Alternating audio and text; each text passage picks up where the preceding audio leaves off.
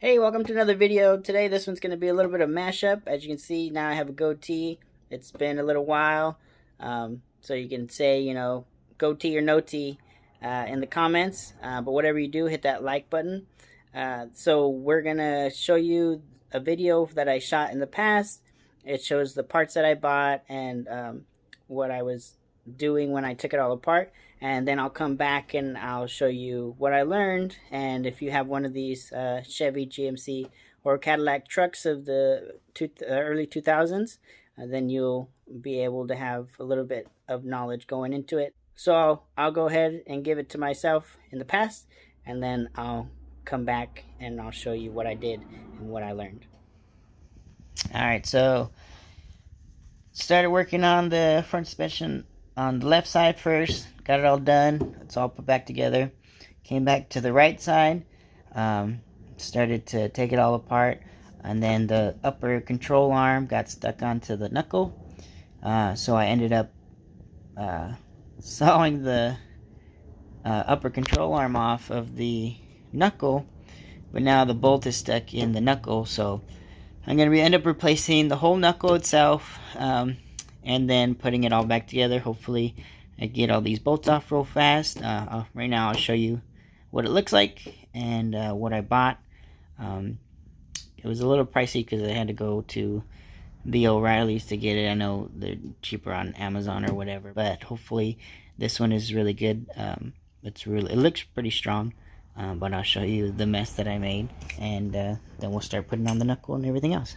So if you look here, I had taken off the inner and outer tie rod, which was pretty easy. The thing I had the problem with was right here. As you can see, the knuckle, because it's so old that the bolt right there must have seized into the knuckle. I know I could have used heat probably to get it out, but I decided to cut it off instead. Made a mess of it, so now we're going to take it all off. I'm going to use an 18mm bolt for this. And then I already started the bottom one down there. I'll go ahead and show you that new part right now. I got the Dorman. Here's the part number right there. So let's open it up. I rented one of the 36mm to take off the hub. But right here is the part. It seems pretty sturdy. It's right here. But it looks like it's a direct fit, which is perfect. So let's go ahead and start taking it apart to put this on and all of the other suspension components. Well, life becomes a whole lot easier when you just take it all apart. Alright, so we took off everything, upper, lower, tie rod ends. Now we just gotta clean up, take off this little front bump stop,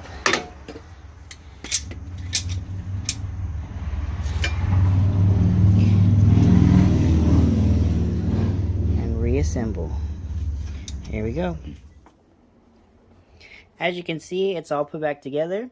Now I'm going to tell you what I think you should do if you're going to be replacing all of this. I think that the first thing you should do before you take anything apart is definitely replace the shocks. I'm going to be replacing mine fairly soon here. I would invest in some shocks, see how it handles after that, and maybe you might not even have to do any of this unless you're creating one for an off-road rig or something, but then that's totally different. So I recommend replacing the shock first, seeing how it rides, and if you're comfortable with just doing that, then that's perfectly fine. It's a way more cost-effective way to do something, and it's a lot less hassle. But if you are going to take it all apart, I suggest taking off this bolt right here first that is connected to the knuckle, and then start hitting this up, and if it comes right off, then you're good to go, and you can start taking off these two bolts up here, this one and this one here, and then this whole thing will just slide out after you take off these 2 screws right here. And then I would move on to right here, taking these bolts off, and then this slides right out. And then going down right here, there's another bolt, and once you unscrew this, you start hitting on this to bring it up, and hopefully that'll come out easy as well. On the driver's side, everything came out super easy, super fast. This passenger side was the problem, but once you have that out, you can just start just unscrewing there, bring it out, and then you can move on. Now this is if you're replacing the knuckle. I would then move on to these screws right here. There's 3 of them, and I would take those off, and then down here there's a big bolt, and then you take that off, and now everything is all disconnected. You would obviously have to also take off the brakes and the rotor. This big bolt right here that holds the hub to the front axle over here. Once you take that out, then this will slide straight out. And so now at this point you have the top, the middle, and the lower control arm all disconnected. And then there's on the bottom there's 2 more bolts that you see right here. And if you look, it goes in through that piece of the frame right there. And then there's another one that's pretty easy right there, and then it'll just fall right out. Make sure you have a jack under there so that you can support it. Now when you get over here, we have these torsion bars that go all the way to the middle of the chassis, and you want to just push this through there, and you want to make sure that you have the key out already. If you look under here, there's this thing called a key right here, and it's got a bolt right there. Now when you put this back together, you're going to need a special tool. It looks like a vice grip, but it's for this special key. And so you'll slide this out, and once you do that, then you slide it all the way out, and when you're putting it back together, you want to make sure to have this key. If you look right here, it goes up. If you want to have it right here, and don't tighten it yet, and then you put it back in, and then once you have it in the front lower control arm again over there, then you want to have that all back together, leave the rod out, and then put it back in. And once you have that all screwed in back together, then that's when you put some weight on the front, and then you can start to tighten this key.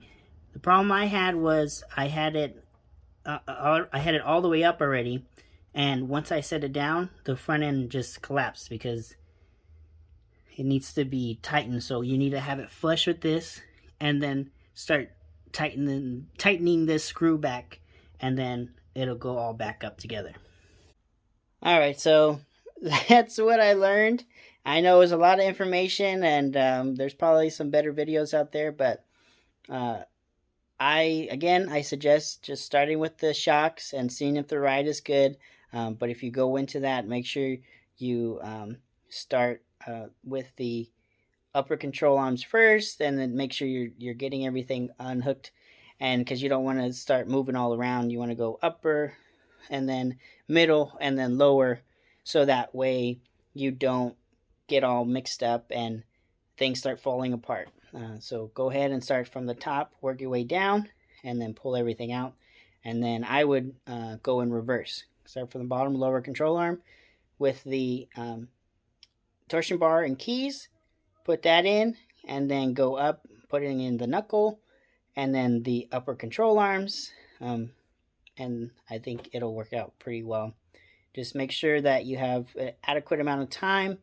This can't be done in a weekend. It'll probably take you maybe at least 4 or 5 days out, depending on how skilled you are. It could take you in a weekend. It took me a little bit longer, and then I had to go get it aligned.